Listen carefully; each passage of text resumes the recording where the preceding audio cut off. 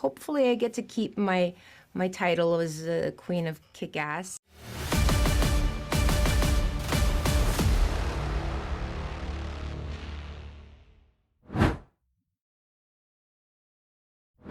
To be honest, we literally just locked the picture maybe 2 months ago. So it's been, this whole year has been editing, scoring, you know, color grading.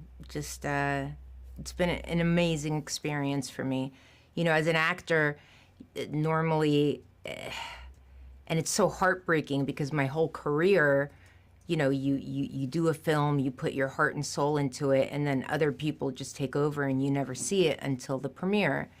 And here, when I read the script, I knew there was something in there because it was such a powerful story that just needed to be streamlined and simplified and, you know, and then executed correctly to give respect, of course, to the subject matter, but to also make it exciting and action-packed and that kind of revenge thriller that people love to see, that makes something that is so hard to swallow palatable, and hopefully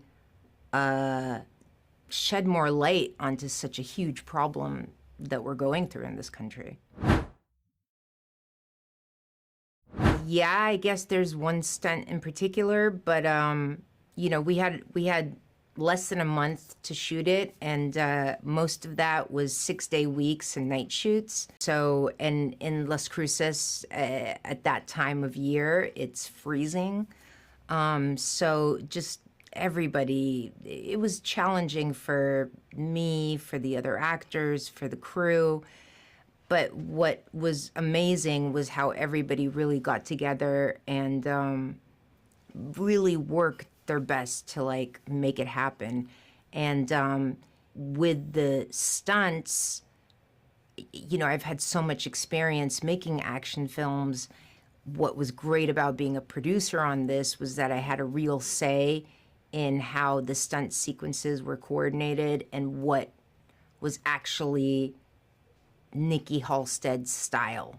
What I wanted to stay away from was, you know, the typical kind of Hollywood martial artsy, like butterfly kicks and what looks great on screen. The subject matter, you need to believe that this woman with this experience, being special ops, being pretty much an ex-assassin for the military, like with her experience, like how would she actually take a guy down that's 3 times her size? And so everything just became so much more grounded and gritty. And so you would believe that a mother with this experience would be able to do these things. And yes, there's a lot of gunfire and there's a lot of that. So I think hopefully I get to keep my title as a Queen of Kick-Ass. But at the same time, you buy it and it's not like, it doesn't feel gratuitous. It feels just raw and gutsy, and you feel like this woman will just go through anything to find her daughter.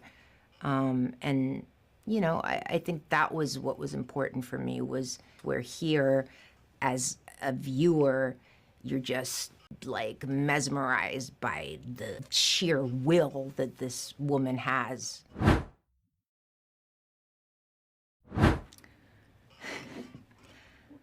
Well, I mean, that's not a fair question. Okay, if Alice didn't have her powers, Nikki would F her up.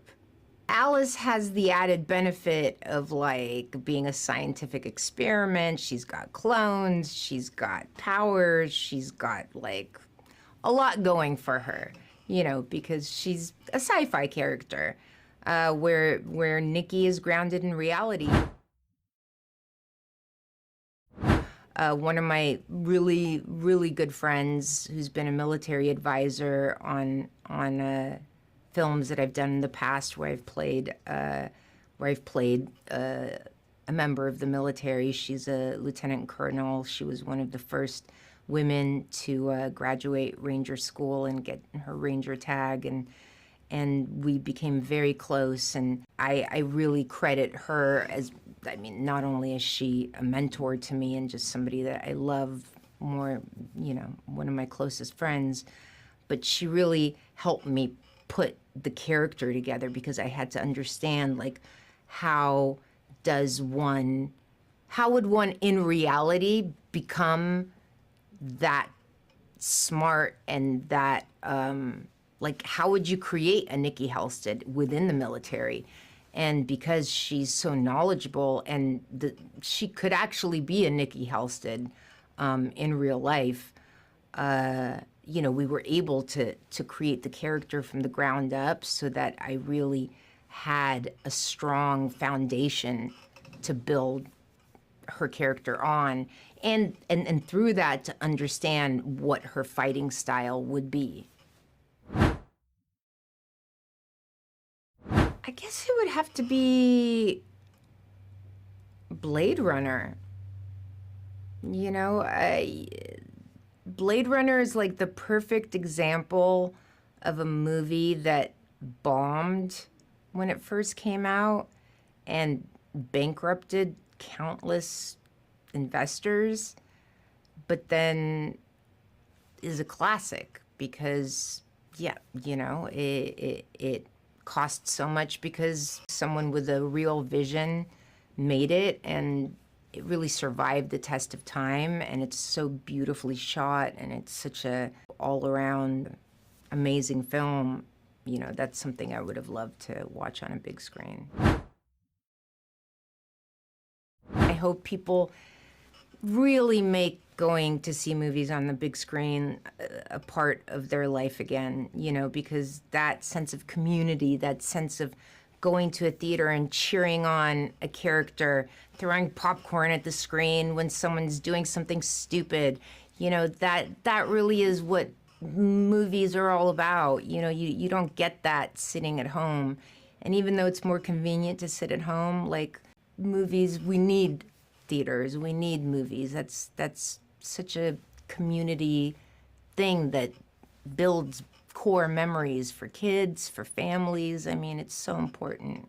And we're so proud that this movie is going to be on the big screen, because it's one of those, it's beautifully shot, the action is off the hook, and it's got real heart at the core of it, which I think really brings it all together.